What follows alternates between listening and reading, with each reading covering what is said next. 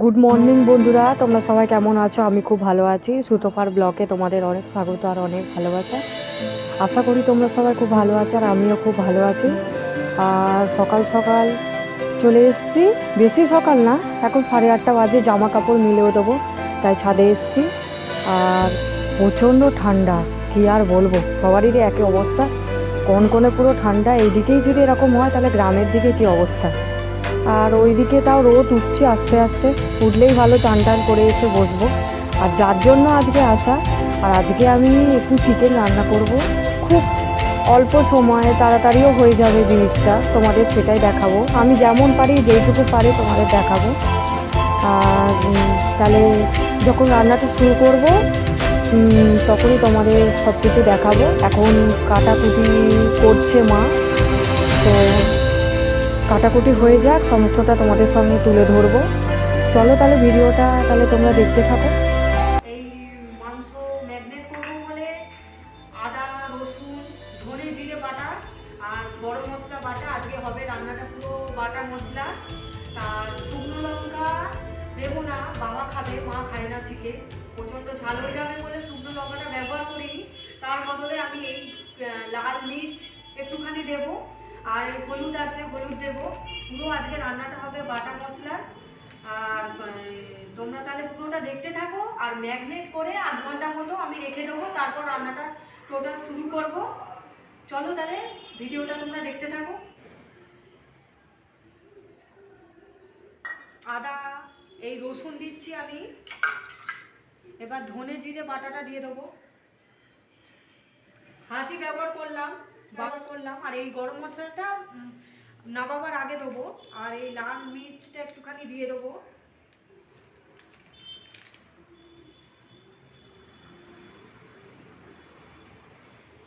এটা লালই হবে, খুব একটা ঝাল হবে না, দিয়ে দেবো এটা। আর এখানে কোনো চিকেন মশলা মিট মশলা ব্যবহার আমি করব না।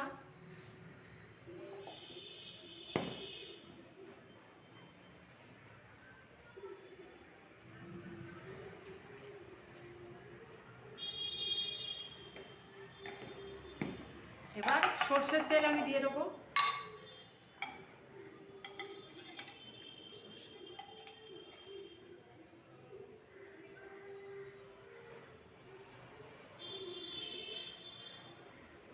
এবার পুরোটা মাখিয়ে নেবো।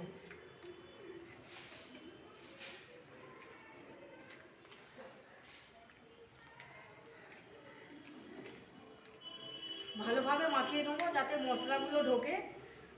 8 ঘন্টা রেখে দেবো মাখিয়ে।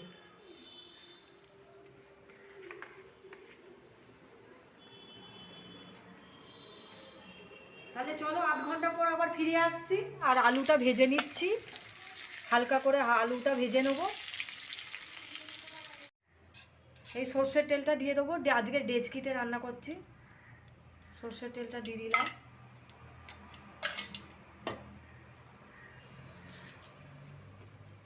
তারপর তেলটা গরম হয়ে গেছে, এই গোটা জিরে দিয়ে দেবো আর তেজপাতা দিয়ে দেবো।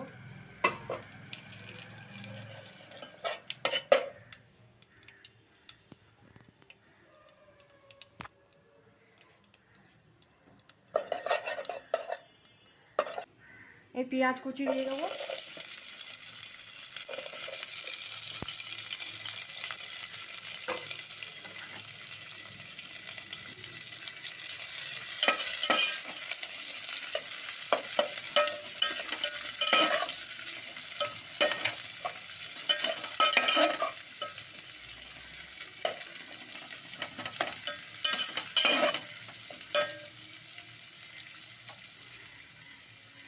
একটু লাল লাল করে ভাজা হবে।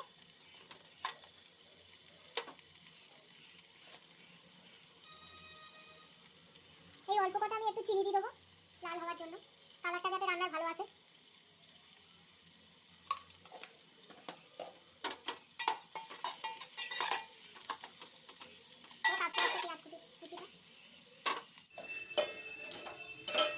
পেঁয়াজ কুচিটা ভাজা প্রায় হয়ে এসছে, আর একটু হবে।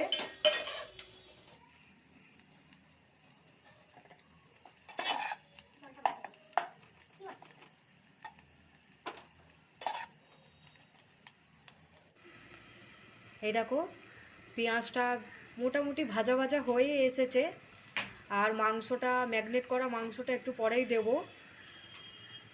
যখন কষবো, কষতে কষতে জল লাগবে, তার জন্য গরম জল মা বসিয়ে দিয়েছে, হয়েও গেছে প্রায় গরম জলটা। আর এবার মাংসটা দেওয়ার টাইমও হয়ে গেছে। এই দেখো এই মাংসটা এবার দিয়ে দেবো এর মধ্যে।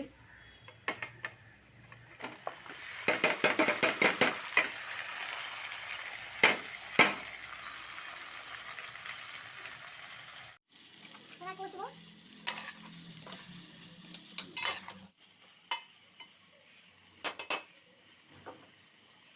মাংস অল্প অল্প তেল ছাড়তে আরম্ভ করে দিয়েছে।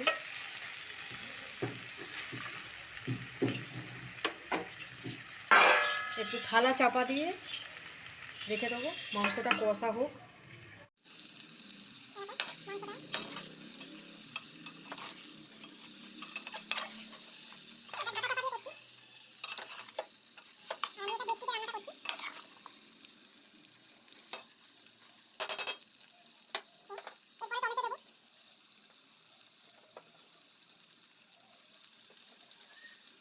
দিয়ে দেবো।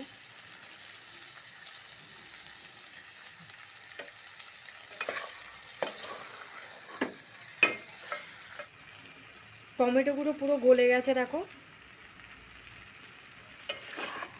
পুরো গলে গেছে টমেটোগুলো।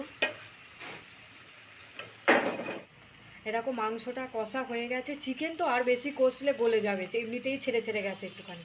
এবার আলুগুলো দিয়ে দেবো, দিয়ে নাড়িয়ে জলটা দিয়ে দেবো, গরম জল। আলুগুলো দিয়ে দিচ্ছি, দেখো আলুগুলো আগে থেকে ভেজে নিয়েছিলাম, তোমরা দেখতেই পেয়েছিলে।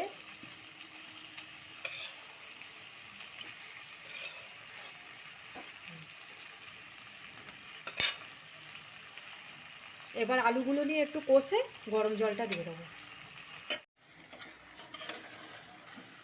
আলু দিয়ে কষিয়ে নিচ্ছি, তারপর একটু পরে গরম জলটা দিয়ে দেবো, কারণ চিকেন তো।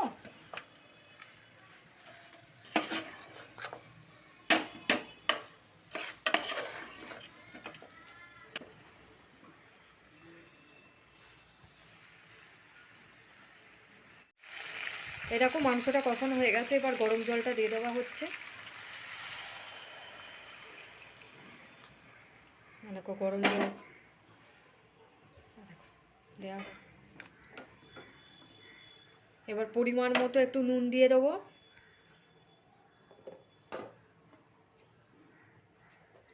নুনটা মা দেবে, আমি ঠিক জানি না, মানে দিতে পারবো, কিন্তু কম টম হয়ে গেলে কেমন লাগে না, তাই জন্য মাই দিয়ে দেবে নুনটা।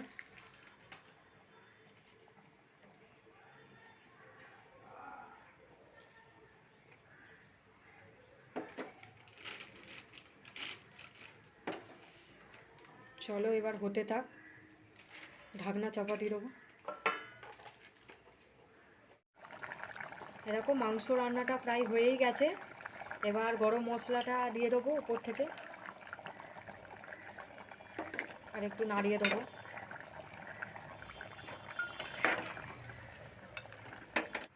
দেখো বন্ধুরা, আমার মাংস রান্নাটা হয়ে গেছে, আর আমি এখানে ধনেপাতা দিইনি, তোমরা চাইলে ধনেপাতা দিতে পারো।